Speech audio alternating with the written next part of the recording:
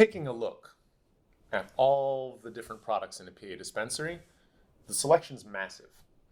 And we know that patients are always looking for different ways of being able to categorize what products they're looking for, either by style, sometimes even by effect. Now, with so many ways to approach these classifications, we know that it can help people organize their options in a way that can help them find their preferred choices and discern them from the things that might not serve them so well.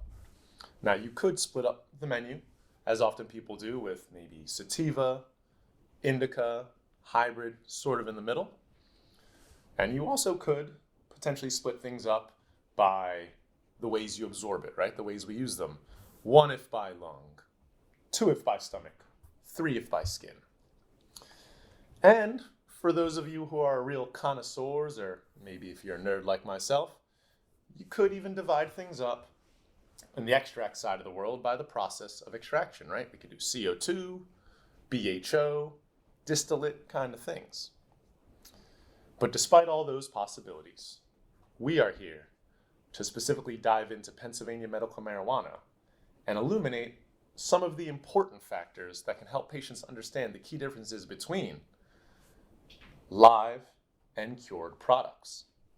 So I'm Scott, and this is the Daily Dose, and today we're gonna get super terpy.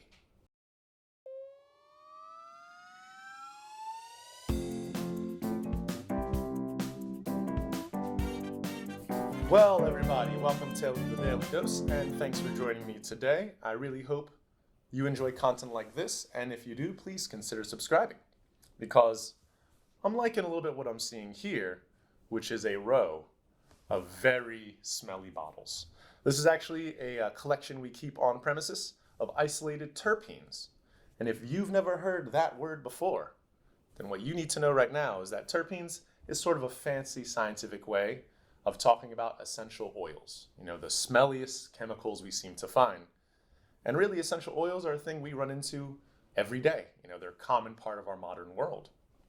Often you'll find them in perfumes. Perfumes are pretty much essential oils on a baseline.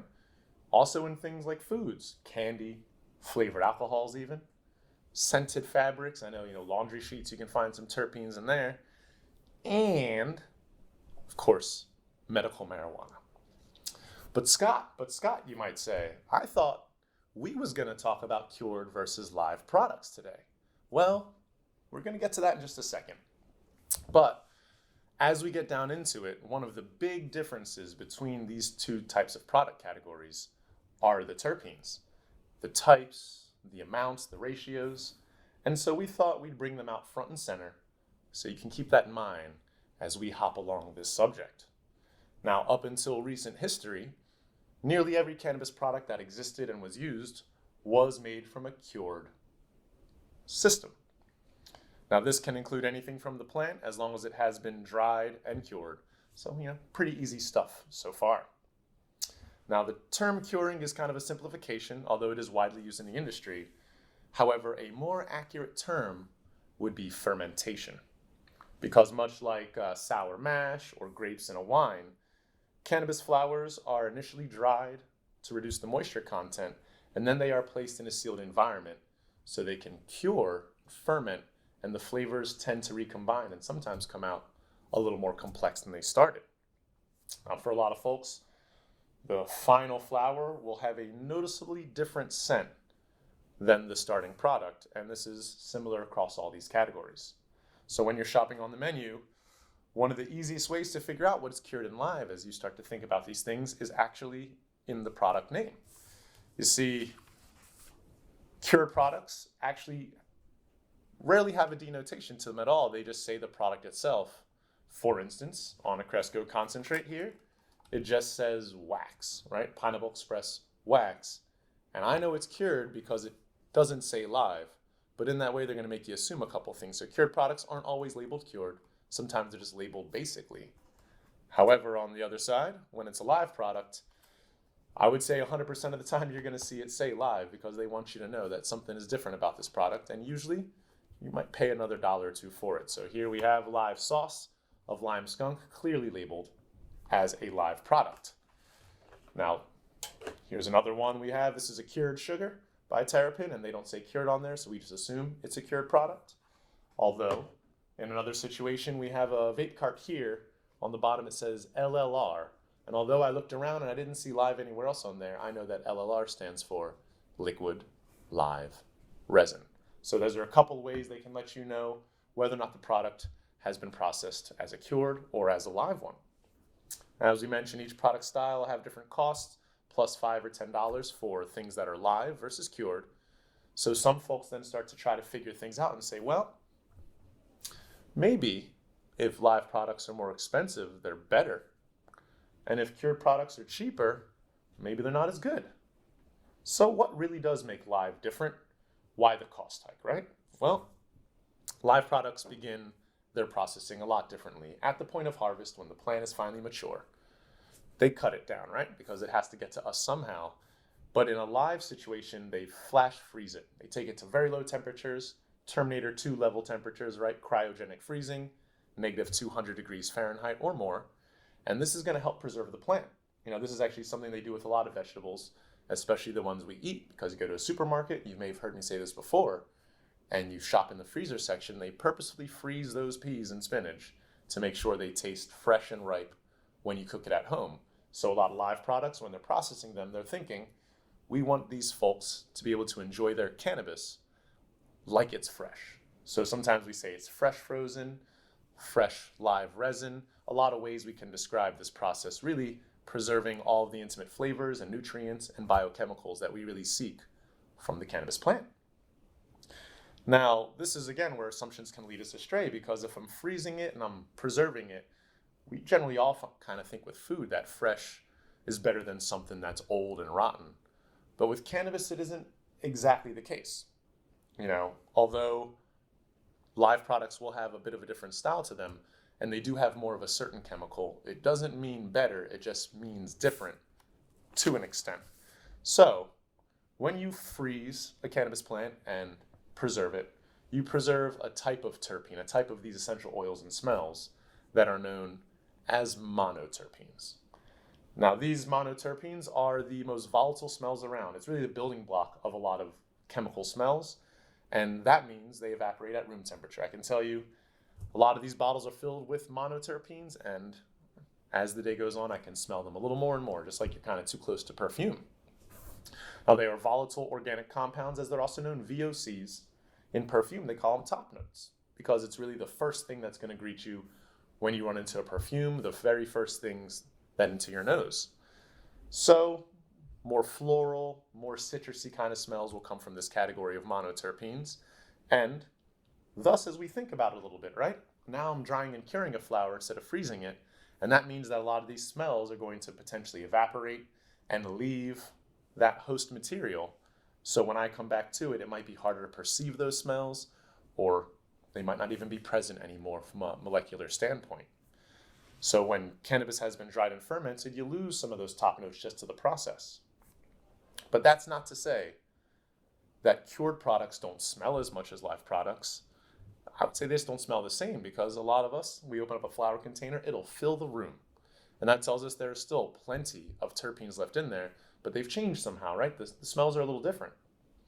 So the key to understanding cured products is that fermentation step, that real difference in the two. And to understand that, we're going to take a little step further into chemistry just for a second to understand what about this process is different. So when cannabis ferments in a sealed environment, right, when it's going through those weeks where we're waiting for the growers to be able to sell it to market, some of these smells break down. Just like in the alcohol market, they can break down and add to each other and kind of create a dance of complexity. Combined with some molecules on this side, and some areas they just break down. And this is going to be how we get a hard to predict, but easy to smell difference in these two product lines. So we did mention monoterpenes, right? The building block of a lot of smells. And we have to go one step further, because monoterpenes are actually a combination of two things. They are what's called an isoprene unit when you double it up. So starting out, we have something with the molecular formula of C5H8, and that is an isoprene unit. Now, when I add two together, we get monoterpenes. It's pretty easy. It's just like Lego blocks in that way. But when I ferment my cannabis, these monoterps might break back down into isoprene units, right? Because of oxygen, because of time, because of temperature changes, the degradation of all life this will happen with.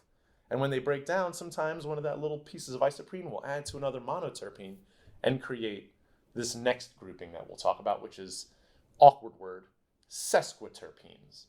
Now, sesquiterpenes are technically 50% heavier, right? It's 3 of something, whereas monoterpenes are 2 of that thing.